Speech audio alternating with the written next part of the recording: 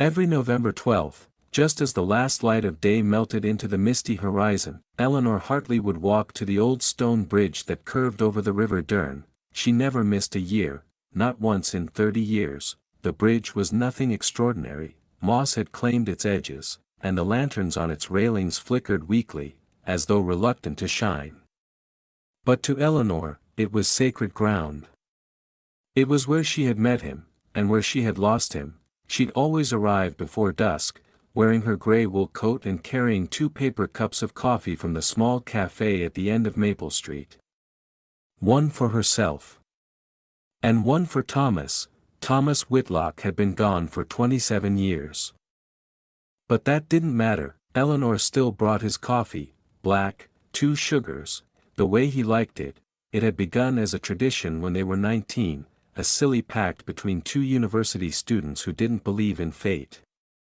Same place, same day, every year, Thomas had said with that grin that made people believe in impossible things. Even if life gets in the way. Back then, they thought life would be long enough to meet 100 times. They didn't know fate was listening. They had met during a thunderstorm on that very bridge, when Eleanor's umbrella flipped inside out and sent her notes scattering into the river. Thomas, soaked to the bone, had jumped onto the railing and caught them, laughing like a madman. He didn't even know her name yet, but he saved every page. From that night, something invisible bound them together, not in fiery romance, but in quiet understanding. He was her best friend, her confidant, her almost love that never quite became love. Every November 12th, no matter where they were, they met on that bridge.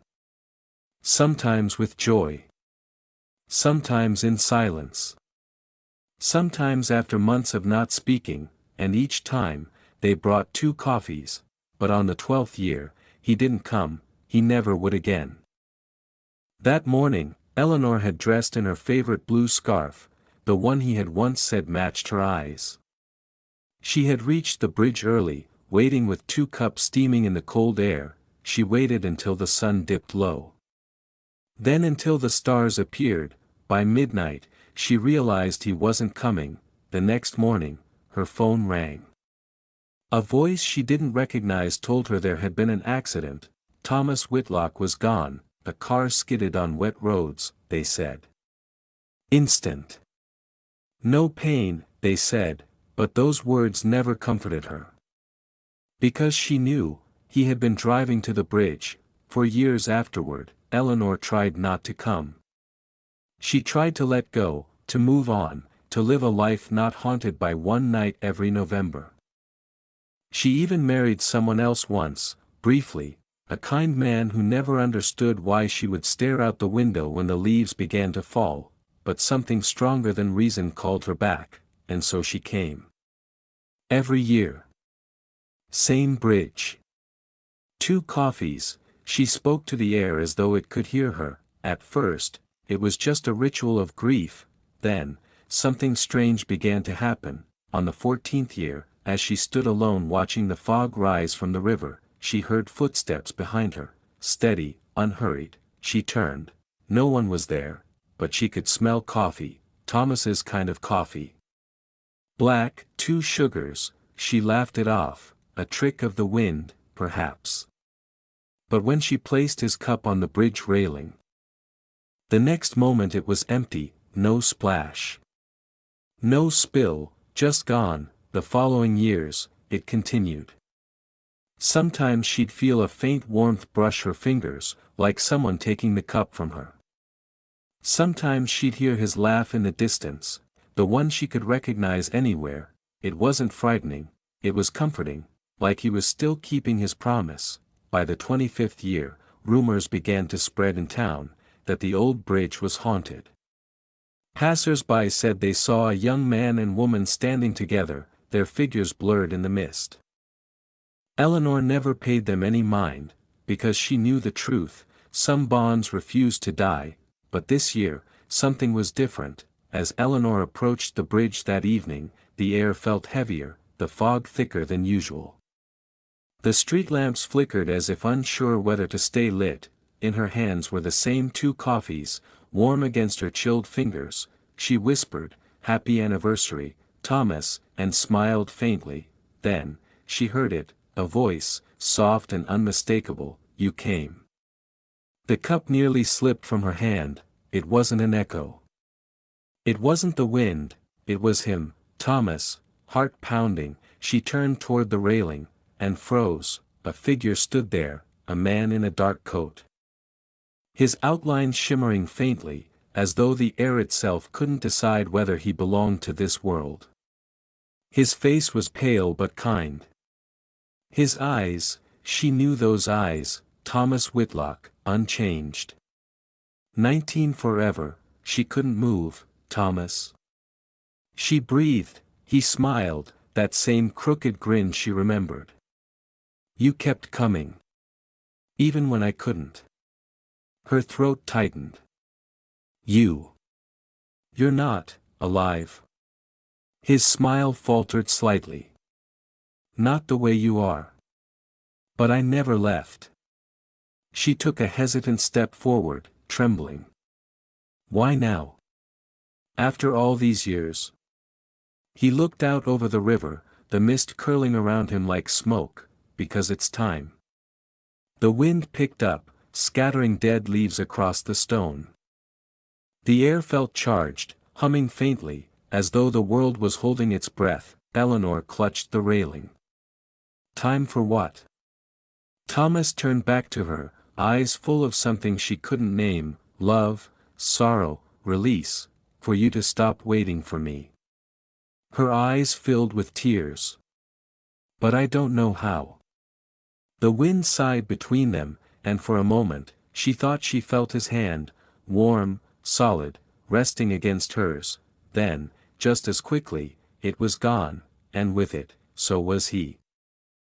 But on the stone railing where he had stood, something remained, a faint outline of a handprint, glowing softly in the mist. Eleanor whispered his name, her breath shaking.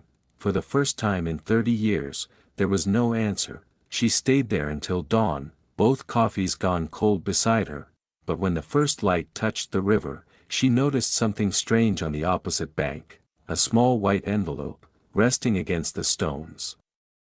Her name was written on it. She picked it up with trembling fingers. Inside was a single, folded note, and one sentence written in familiar handwriting: "Meet me one last time, when the bridge disappears. To be continued." For days, Eleanor couldn't think of anything else. When the bridge disappears. What did that mean? She searched the newspapers, asked around town, even checked with the Historical Society, but the old stone bridge was still standing, unchanged for centuries. It had survived storms, floods, and even a fire once. It wasn't going anywhere, but a few weeks later, the city council announced something she hadn't expected: the bridge was being demolished. New development. Modern roads, a concrete overpass would replace the old stone structure by spring. That night, Eleanor sat at her kitchen table, holding the letter like a fragile relic. Her heart raced with a strange, painful certainty. This was it, the moment he meant. When the bridge disappeared, he wanted her there. The morning of the demolition, the town was buzzing with workers and machines. The bridge was closed off with yellow barriers, warning signs fluttering in the wind, but before dawn, Eleanor had already crossed them. She stood at the center of the bridge, coffee in both hands. As the mist rolled thick across the river, the machinery in the distance hadn't yet started. For a few more minutes, the world belonged only to her, and him. She set the cups down. "One last time," she whispered. "You kept your promise." "So will I." The river below shimmered strangely, as though the water itself reflected more than light. Then, from the fog, came a faint hum, soft, rising, almost musical. The air grew colder. The world faded, and then she saw him. Thomas stood at the other end of the bridge, hands in his coat pockets, smiling as though he'd been waiting all this time. He looked exactly as he had 30 years ago. Eleanor's breath caught. "You came," she whispered. "I told you," he said, voice carrying across the quiet water. Same place, same day, every year. Tears welled in her eyes. They're tearing it down, Thomas. After today. It won't exist. I know. He stepped closer, each footfall silent. But neither will this part of me. The bridge. It's the last piece that still connects us. She shook her head, desperate. Then I won't let them destroy it. He smiled sadly. You can't stop time, Ellie. But you can let go. He reached out his hand. It hovered before her, solid, real, warm. She hesitated only a moment before taking it, and suddenly, the years fell away. She was 19 again, standing in the rain with him, laughing as their umbrellas turned inside out. The bridge glowed faintly beneath their feet, its stones turning translucent like glass. Beneath it flowed not water, but a swirling current of memories, moments. Faces, laughter, tears, this is where we began, he said softly, and where we end. She looked up at him, heartbreaking. Will I see you again? He brushed her cheek gently. Not on this side. The first sound of machinery echoed in the distance, the demolition beginning. The world around them trembled, the mist thickened until everything was white, and then, slowly, Thomas began to fade. No. She cried, clutching his hand tighter. Please, don't go. He smiled that same crooked grin one last time. You kept coming, Ellie. Now it's time to go live. Her fingers closed on air, the bridge beneath her shimmered, and disappeared. When Eleanor opened her eyes, she was standing on the riverbank. Sunlight breaking through the fog, behind her, the old bridge was gone, only calm water flowed where it once stood, but in her hand, she still held one coffee cup. It was warm, and when she looked inside, instead of coffee, there was a small white paper folded neatly. In Thomas's handwriting were the words, "You'll never have to wait alone again."